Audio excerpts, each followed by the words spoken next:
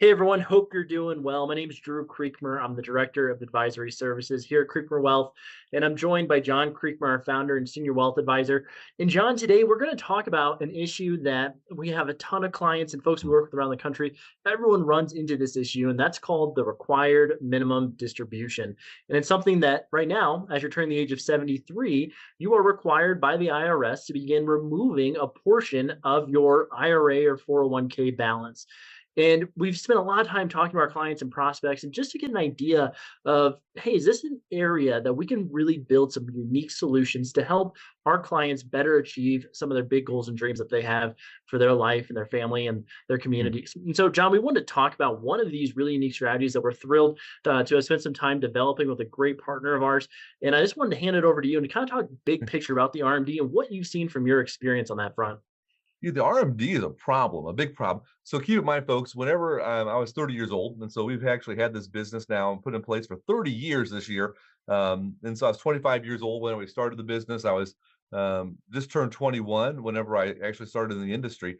And, they say your clients are basically 15 to 20 years either side of you. So at that point in time, my oldest clients were like 45 years old. Well, now that I'm 55, I have so many clients that are 70 years of age and older.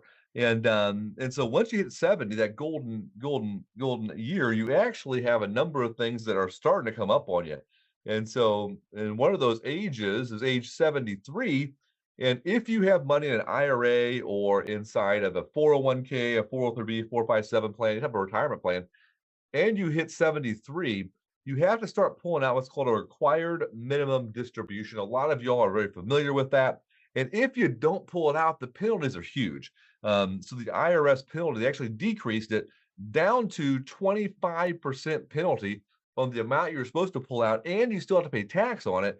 And so if you're in the 22% bracket, you'd have 47% plus your state taxes. You're paying close to 50% in taxes and penalties if you don't pull it out. The problem is most people do not want to pull out their RMD. So they're forced to pull the money out, pay taxes on it, and then it decreases the amount of money they have available then to go to their heirs whenever they pass away. And so we're seeing this huge problem out there. And Drew, I people talk to me all the time. It's like, John, I don't want to pull the money out of the RMD. It's like, well, you have to pull it out. And so you're pulling out 10,000, 20,000. We have some clients pulling out close to $50,000 a year from the required minimum distribution. They're pulling it out, and then it's like their account value decreases. And since the money's coming out, they don't want to be fully invested in the stock market, so they're giving up growth potential. And so the account's not growing as fast as it could. It's like a double whammy. And so they know that they're hurting their heirs by being forced to do it. And Drew, I just said I'm tired of that. It's a problem. The IRS is not addressing that problem. The government is not set up to actually sort for positive outcomes. What they're concerned about is tax revenue.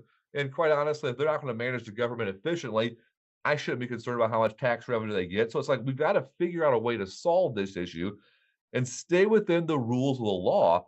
And Drew, I'm really excited about our team and how we've worked on as far as we have some really bright people, as everyone knows, and developing new concepts and taking concepts and thoughts to different organizations. And Drew, one solution that you're working on right now is the best solution for this issue of RMDs I've seen in my career. And it's something that I'm so excited to bring to our clients right now. Would you want to Yeah. share a little bit as far as the solution and some of the benefits we're seeing? I know we're trying to finish things up, but it's going to be coming out here the next week or so. Would you want to let everyone know kind of some of the benefits and what we're seeing? Yeah, absolutely. Absolutely. So, what we've done is we've developed a process to allow our clients to create effectively, let's just call it an RMD bucket or income bucket, where you set aside the funds that you are going to be required to pull out by the IRS from your IRA or your 401k, and you set it to the side and you invest it in a lower risk manner. Because as you know, if your IRA balance, as it continues to grow, your RMDs go up. So let's go ahead and section off, say, the next 10 years of distributions that you're required to take and invest in a low risk manner. But the great thing is you're able to take your RMDs from this bucket. You're able to allow the equities or stocks inside of your IRA or 401k to stay invested. which, as you all know, we would hate to have to sell out of stocks in a year in which they're down because that's a double negative, right? So we're able to allow our equities to stay invested and continue to grow over time, which just adds value to our overall portfolio while we're still meeting our RMD from our RMD bucket.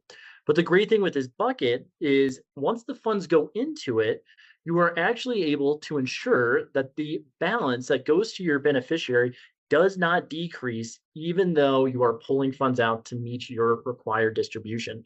And John, I was working on a case. It was the first case I ran through this. It was with a client who actually had about $300,000 inside of their IRA. And so we walked through this example. And what we found is that by using this strategy, they're going to be able to increase the balance that goes to their beneficiaries by about $115,000. Hmm. And that's without taking on excessive investment risk. They're not adding any risk at all to their overall investment portfolio.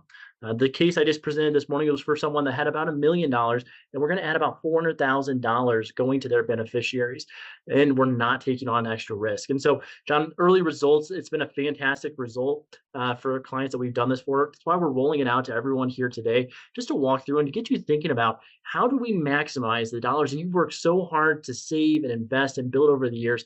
How do we make sure that you're having the funds you need in the here and now, but also looking years down the road for your loved ones and making sure that they maximize those funds as well. So in a nutshell, John, that is the strategy that we're working through. I'm super excited about it. This pertains to so many of my clients.